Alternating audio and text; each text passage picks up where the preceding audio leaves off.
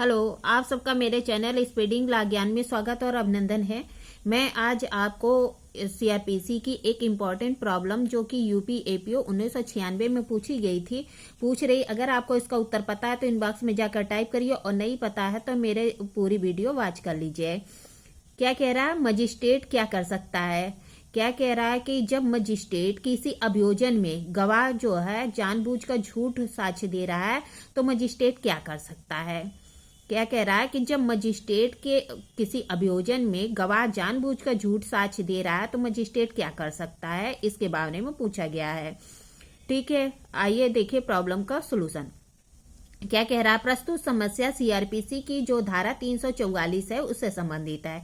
CrPC की धारा 344 से संबंधित है। 344 में उल्लिखित है कि यदि किसी न्यायिक कार्यवाही को निपटाने हेतु निर्णय या अंतिम आदेश देते समय कोई सेशन न्यायालय या फिर प्रथम वर्ग न्यायिक मजिस्ट्रेट की यह राय है व्यक्त करता है कि किसी कार्रवाई में उपस्थित होने वाले किसी साक्षी ने जानबूझकर मिथ्या साक्ष्य दिया है या गढ़ा है तो वह ऐसे व्यक्ति का संक्षिप्त विचारण कारण दर्शित करने का अवसर देते हुए दंडित कर सकता है, जिसकी अवधि तीन मास तक की कारावास और 500 रुपये का जुर्माना या दोनों हो सकता है।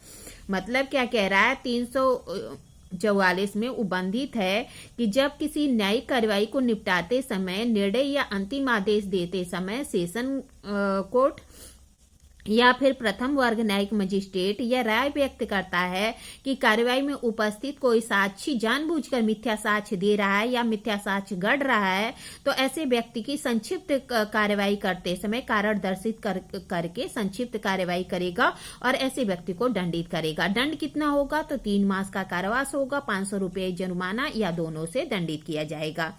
अतः प्रस्तुत समस्या में यदि गवाह जानबूझकर झूठी गवाही दे रहा है तो मजिस्ट्रेट उस व्यक्ति को कारण बताओ नोटिस जारी करेगा। क्या करेगा? कारण बताओ नोटिस जारी करेगा। फिर क्या करेगा? तो यदि नोटिस के उत्तर से मजिस्ट्रेट संतुष्ट नहीं है तो उस व्यक्ति क्या करेगा? समरी ट्रायल करेगा, संक्षिप्त विचारण करेगा। और यदि विचारण के बाद मजिस्ट्रेट उस व्यक्ति को दोषी पाता है तो 3 माह का कारावास या 500 रुपये जुर्माना या दोनों से दंडित कर सकता है।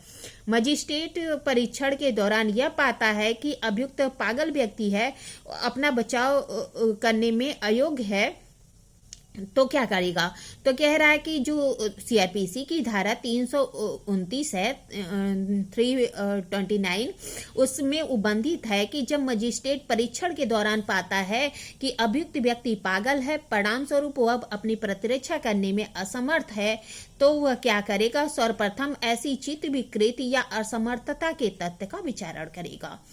क्या करेगा कि उसकी चित्त विकृति या असमर्थता के तथ्यों पर विचारण करेगा और यदि उसके समक्ष कोई चिकित्सीय या फिर अन्य साक्ष्य पेश किया जाता है तो क्या करेगा? यदि ऐसे तथ्यों के बारे में यह समाधान हो जाता है और निष्कर्ष लेखबद्ध करते हुए कार्यवाही को आगे स्थगित कर देता। मतलब क्या कह रहा है कि अगर वह पाता है कि ऐसा व्यक्ति हाँ सच में जो है चित्त विकृत या असमर्थ है और उसके लिए कोई चिकित्सीय साक्ष्य दिया जाता है, मेडिकल एविडेंस दिया जाता है या अन्य कोई साक्ष्य दिया जाता है और समाधान हो जाता है तो वह निष्कर्ष लिखते हुए क्या करेगा? कार्यवाही को आगे स्थगित कर देगा।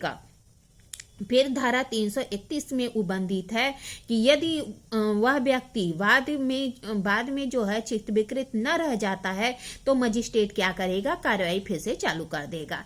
अब क्या है कि ऐसा व्यक्ति क्या है? स्वच्छित हो गया है, चित्त विकृत नहीं है तो 331 कहती है कि मजिस्ट्रेट आगे कार्यवाही चालू रख देगा। उपरोक्त प्रावधानों से स्पष्ट है कि मजिस्ट्रेट यदि परीक्षण के दौरान यह पाता है कि अभियुक्त पागल है, अपना बचाव करने अपनी प्रतिरक्षा करने के लिए अयोग्य है, असमर्थ है तो वह क्या करेगा?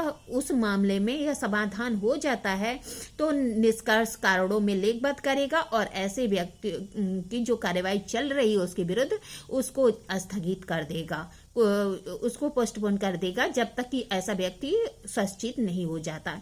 इस तरह मैंने आपको प्रॉब्लम बताई, प्रॉब्लम का सलूशन बताया। ऐसी अच्छी प्रॉब्लम के लिए मेरा चैनल सब्सक्राइब करिए, लाइक और कमेंट करिए। ठीक है, धन्यवाद, थैंक यू।